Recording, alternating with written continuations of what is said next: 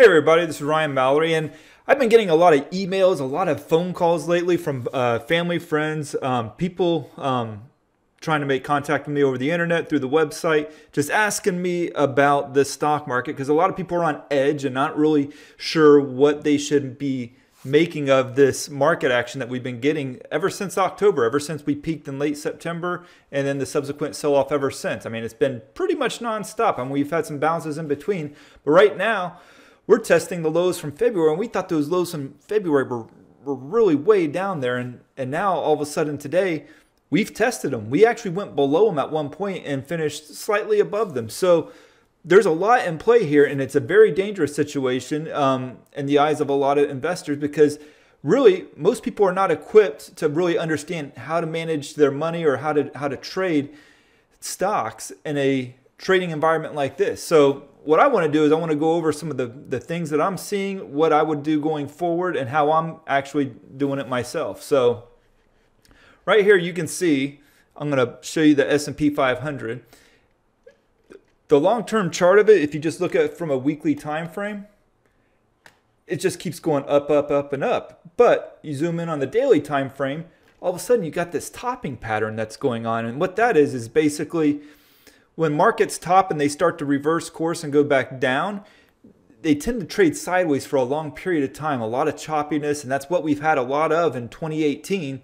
And then all of a sudden they'll break a key support level and they'll really start falling like what we saw in 2008.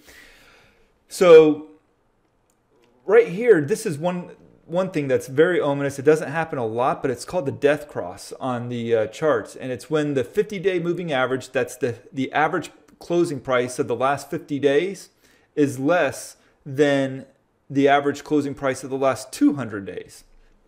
So the red line's the 50-day moving average, the white line's the 200-day moving average, and now we've got this thing they call the death cross. And speaking of death cross, you know, I always go by these cemeteries and I can't always help but think to myself, you know, how many people are dying to get in there?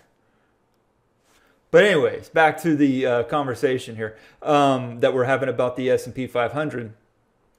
So this is the February lows. We breached it just a little bit today, but we closed above it. The important part is that we closed above the February lows. If we don't do that, then it starts to become a major issue of how far do we drop from there. And so let's talk about that. Let's look at where we could go.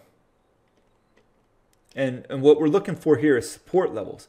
Where are the major support levels that people will start getting interested in the stock market if we continue to push lower, if we actually start crashing?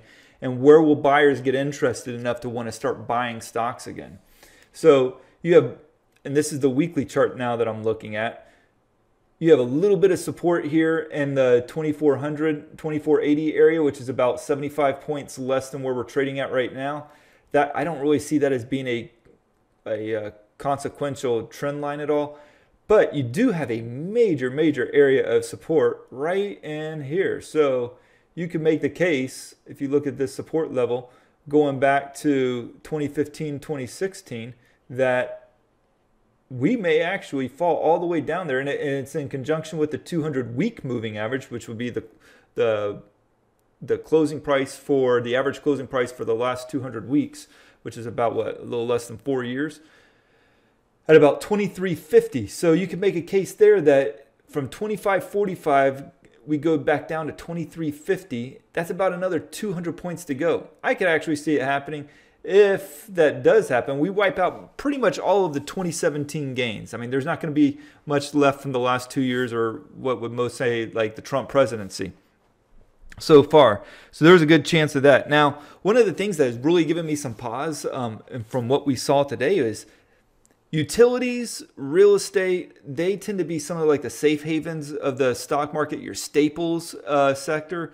That tends to be another safe place for traders or investors to go into when the market's selling off and really taking a beating. Well, today we had this huge sell-off, and you would typically expect, okay, it's probably technology leading the way down, or it's healthcare, or it is discretionary stocks that are pushing the market down. No, it was utilities. And so far, up until today, utilities had been the real strong point in this market. They had held up really well. but now all of a sudden they're breaking down. And that's not a good sign either, because what happens is when you start getting the safe havens, when they can't even be a bastion of hope for your capital, when that fails to happen, then all of a sudden you're really starting to see where there's going to be like real panic start to hit the market, and you're going to see a lot more selling. So watch the utilities in the coming days. If it continues to sell off like it is, that means the only position that's worth having is cash or being short. So we've talked about the future support levels. We've talked about how utilities. We've talked about how staples. I mean, look at staples here. If I can type it here, there we go. Staples again.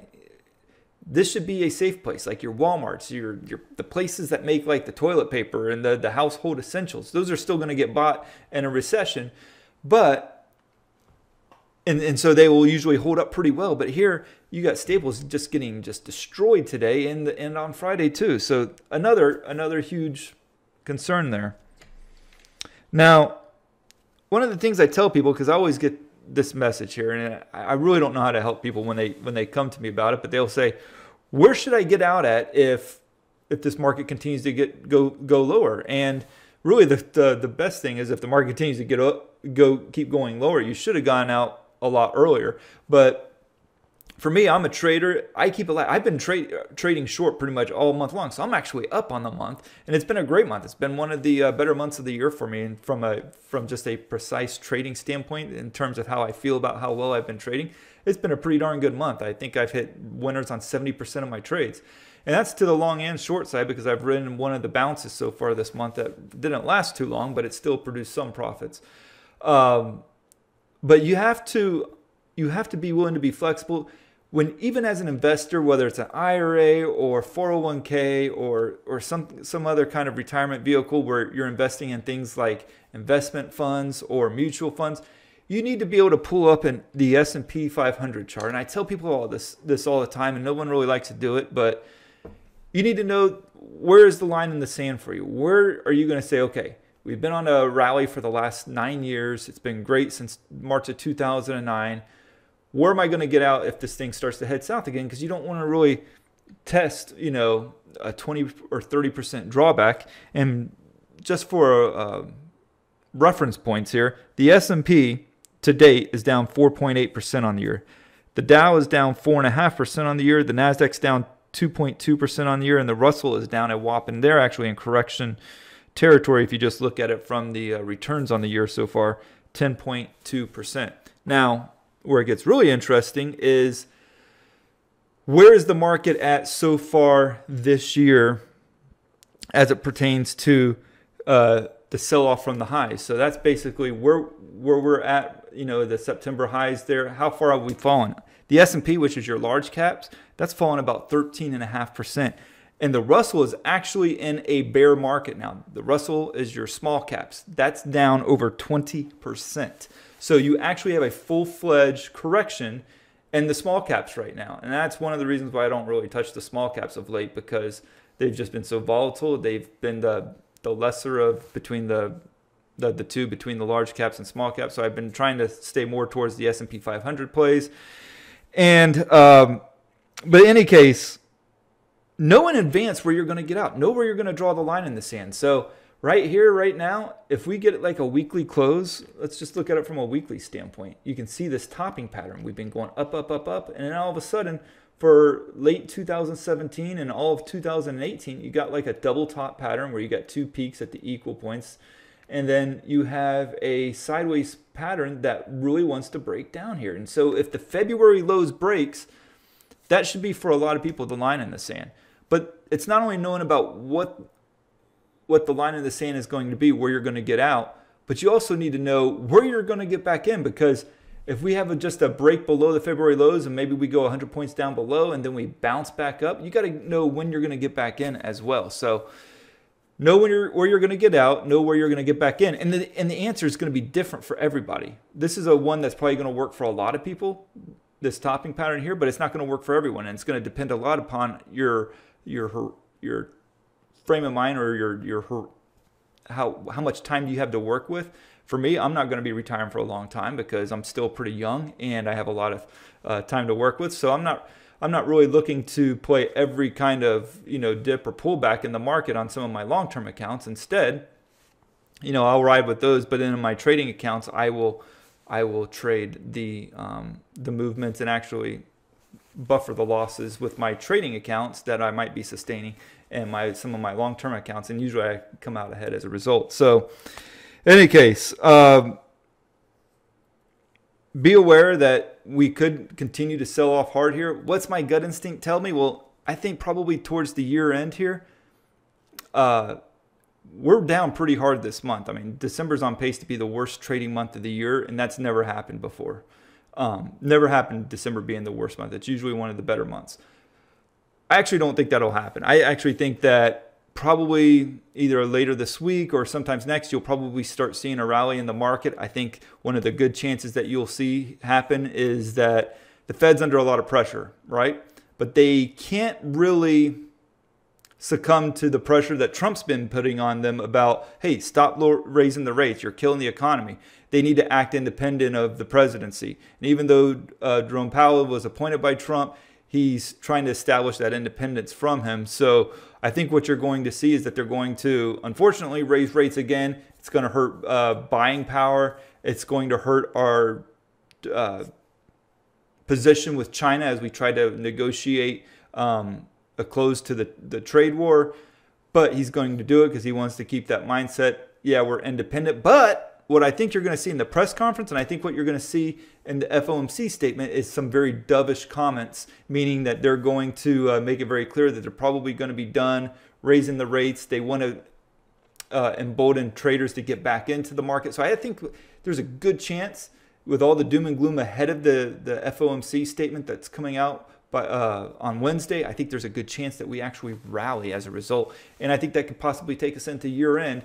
And then, of course, maybe it's a dead cat bounce and we start the downtrend again after that. But we'll see. I mean, it's hard. I mean, it's hard to predict the next day of trading, much less what's next month or next year is going to be. But nonetheless, a lot of this is up to you. You have to know where you're going to get out at in the market. And you can't just wait for the market to turn bad to decide that. You have to decide well in advance, okay, if the market was to start going back down today, where would I get out at? And that should always be adjusted based on the current market conditions. So if the market rallies up another 10%, then your line in the sand should change as well. So, and I'll give you this last one here. This is the monthly chart of the S&P 500.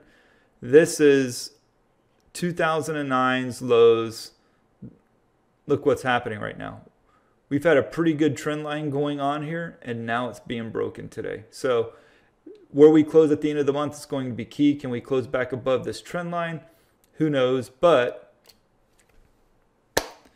we have still some time to work with. So get to work, figure out what you're tolerant of, what you can handle, draw that line in the sand, and know where you're going to get out if things get really bad. All right? Y'all have any questions, feel free to email me, ryan@shareplanner.com. Thanks, and God bless. Thanks for watching. I hope you enjoyed the video. Please be sure to like and subscribe to my channel, as well as check out some of these other cool videos that I've done. And if you want to swing trade with me each and every day, you can do so by going to www.shareplanner.com/splash zone. Thanks and happy trading.